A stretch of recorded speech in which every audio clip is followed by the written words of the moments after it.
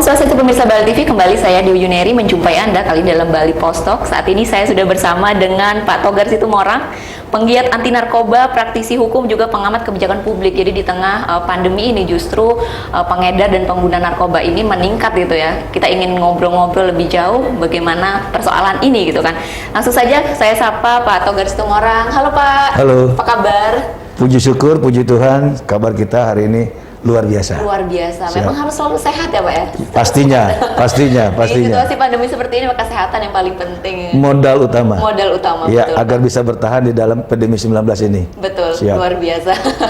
Pak Togar, saya ingin ngobrol-ngobrol nih Pak, terkait ya di pandemi seperti ini. Kita juga sudah mengetahui banyak informasi, berita yang beredar bahwa pengguna, pengedar narkoba justru di pandemi ini justru meningkat ya. Dan sampai saat ini masih banyak pengguna dan pengedarnya. Ini menurut Pak Togar bagaimana? Sebenarnya kalau kita bicara pandemi ataupun wabah yang memang kita istilahnya nggak kita duga selama 1 tahun ini, itu bukan hanya di dunia kejahatan yang meningkat, di seluruh sektor pun akan demikian. Betul. Nah, karena kita fokusnya konsen terkait kriminal, yaitu terkait narkoba, nah maka memang kondisi ini sangat-sangat membuat peluang itu besar, baik itu si bandarnya ataupun si pemakainya. Nah, karena kenapa? Si pemakainya ini kan dianya itu biasa aktif bekerja. Nah, sekarang dia stop, berhenti. Nah, tanpa melakukan satu kegiatan apapun. Pak, di sini dalam hal kefrustasian, kegalauan dan seterusnya, mungkin dia hanya mendapatkan satu jalan pintas, yaitu dengan cara menggunakan narkoba. Nah, dari pihak bandar, karena dia tahu kondisi sekarang memang keadaan lagi sulit, semua bergerak terbatas, segala macam, dimanfaatkan atau momen ini digunakan mereka untuk pertama mencari kaki tangannya, kedua mencari pasien ataupun korban-korban pengguna narkoba yang baru, yaitu yang awal-awal. Dan kita lihat, kita tidak bisa mengeneralisir bahwa yang menggunakan itu hanya orang tertentu. Ini enggak, dari strata paling bawah pun, artinya dari anak-anak pun sudah terkena daripada dampak narkoba. Ini ironis di saat kita lagi pandemi saat ini. Sungguh ironis banget, betul. Jadi Pak, menurut Pak Togar, hukuman yang tepat bagi para bandar narkoba ini harusnya seperti apa Pak? Kalau bandar ya, nah bandar karena kita ada acuannya itu Undang-Undang nomor 35, saya buka dulu mungkin ya. Silakan. Undang-Undang nomor 35 tahun 2009 tentang narkotik ini. Nah, itu kita dimungkinkan untuk membuat punishment yang berat, yaitu dengan menjerat mereka dengan hukuman mati. Hukuman mati Hukuman mati. Nah, itu wajib. Dan itu nggak usah takut. Artinya akan menjadi dianggap melanggar HAM lah segala macam, itu tidak. Nah, tetapi yang kita harapkan bukan hanya ditangkap bandarnya, keberanian pihak aparat yang lain yaitu jaksa ataupun hakim. Nah, mereka nggak boleh mentoleransi bandar. Selain hukuman mati, yang saya harapkan juga kalau memang saya boleh narik yang lainnya lagi, yaitu terkait tentang penggunaan uangnya. Asal usul hartanya dia, asal usul dia menggunakan atau membeli uang ini, sehingga si bandar ini dengan begitu pengawanya, dengan rasa hebatnya, merasa dia punya kapital besar, nah itu dia bisa membeli hukum. Nah, nggak ada salahnya dan nggak usah takut, gunakan yaitu tindak pidana pencucian uang. Itu yang saya harapkan agar dampaknya itu betul-betul berasa di bandarnya. Contoh, kita lihat dulu kan sudah ada hukuman mati ke bandar besar yang ada di Nusa Kambangan. Nah, tetapi kan ternyata itu tidak berdampak sama sekali. Nah, kenapa nggak diperberat dengan dimiskinkan dengan menggunakan TPPU tadi? Itu sih kita harapkan. Dan kemarin juga saya sempat ngobrol bersama dengan Kepala BNN Provinsi Bali gitu Dia juga mengatakan demikian untuk memiskinkan karena dianggap bahwa hasil dari pendapatan yang didapatkan ini dari hasil yang tidak benar gitu, yang salah ya.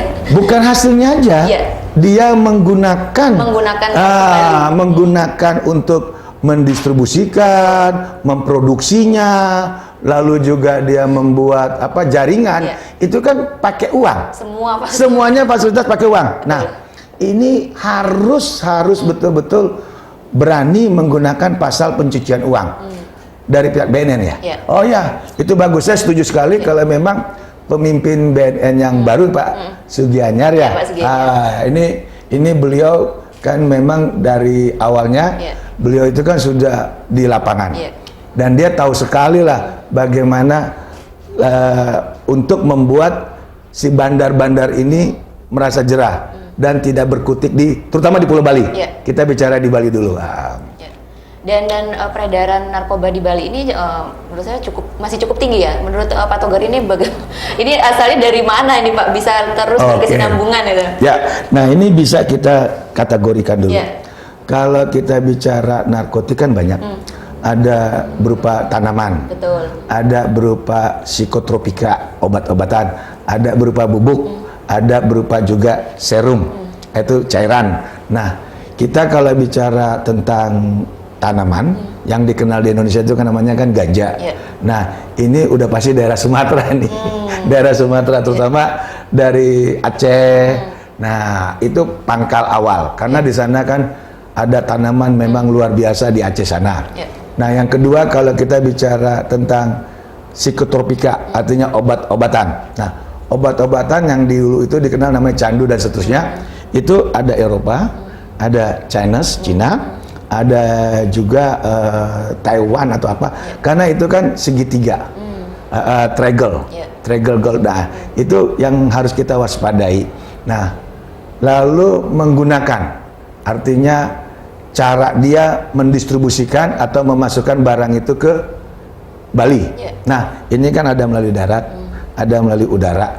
Darat atau udara kita tahulah, pasti semuanya ketangkap.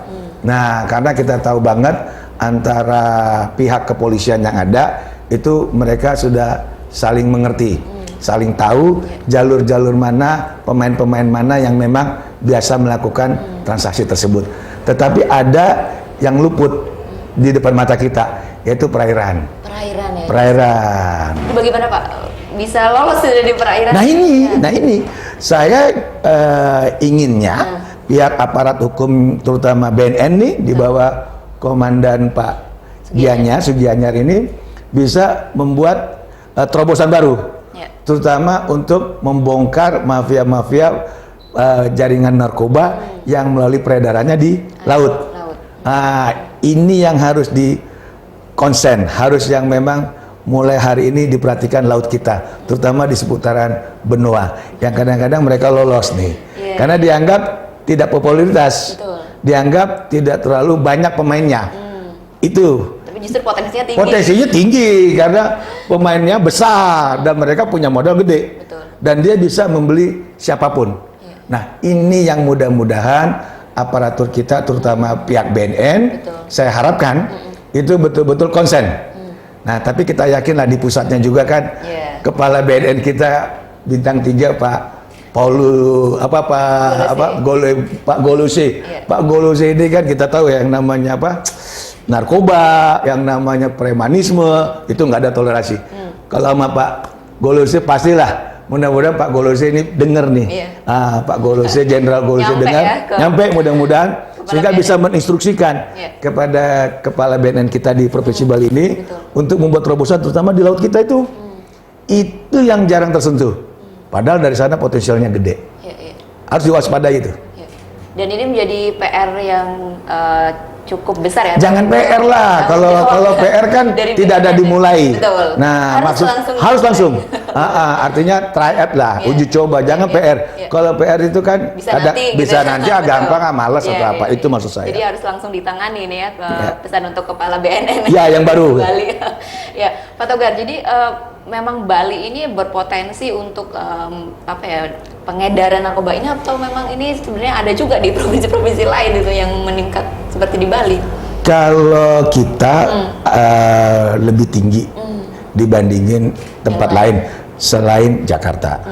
Kenapa gitu? Karena di kita ini di Pulau Bali itu kan wisatawan yang banyak dari luar negeri. mancanegara. Nah, mereka kan di luar sana itu biasa menggunakan itu dengan bebasnya, tapi di Indonesia kan agak sulit. Nah, ini yang mesti kita waspadai. Pak Togar, kemarin juga saya berbicara sama Kepala BNN Provinsi Bali ya, Pak Sugiyanya, juga mengatakan para pengguna narkoba ini juga harus direhabilitasi, bukan di penjara gitu. Menurut Pak Togar bagaimana? Saya sangat-sangat setuju karena undang-undang itu menyatakan demikian. Artinya kalau memang itu pengguna, apalagi baru tahap baru, itu tolonglah polisi juga jangan jangan permasalahkan, lantas ataupun langsung diserahkan kepada pihak BNN untuk direhab. Itu memang kewajiban kita sebagai praktisi hukum, saya atau masyarakat hukum atau masyarakat Indonesia yang lainnya, dan terutama kita awasin lah bahwa pihak kepolisian jangan membawa celah ini ke arah pidana. Mesti mereka bawa ke arah rehabilitas dengan pihak BNN koordinasinya. Meskipun pengguna yang paling misalkan ini adalah pengguna yang sudah lama ini kan, yang terus berkesinambungan menggunakan tanpa memiliki rasa takut itu. Bagaimana? Nah, kalau untuk pengguna-pengguna yang lama, itu kan di acara pidana diatur bahwa barang siapa yang telah melakukan berkali-kali, tanda kutip itu kan ada pencantuman tentang residivis atau apa. Nah, mungkin itu di pengecualian. Artinya hukumannya lebih diperberat, mungkin ya. Tapi kalau yang bagi pemula atau yang baru-baru, ya kita jangan sungkan lah, harus direhab langsung lah. Betul. Jadi banyak masyarakat kita yang harusnya bisa diselamatkan ya, karena kita menemukan ini. Jadi menurut Pak Togar ada yang disampaikan kerjasama antara stakeholder, elemen masyarakat itu penting. Ada yang disampaikan kepada pemirsa Bali TV dari masyarakat tentang terkait bahaya narkoba. Yang bisa saya sampaikan pada kesempatan hari ini yang baik, itu kita jangan menyerahkan semua tanggung jawab kepada pihak aparatur hukum. Mulai dari diri kita sendiri, artinya bagian kita di rumah sendiri, kita harus protek rumah kita itu daripada bahaya laten. Kenapa saya bilang laten? Ini bahaya sekali, luar biasa, bahaya laten yang namanya narkotika atau narkoba dari keluarga. Yang kedua, kita lingkungan masyarakat. Nah, kita harapkan juga itu pihak Banjar ya namanya ya, Banjar, Pecalang dan seterusnya, apabila ada masyarakatnya ada yang potensial bandar, itu langsung disepekang ya, dikucilkan atau diapakan lah istilahnya itu, supaya mereka ada efek jerak. Nah, kalau untuk penggunanya tolong dibawa ke pihak BNN agar cepat lebih prepare-nya direhabilitasi.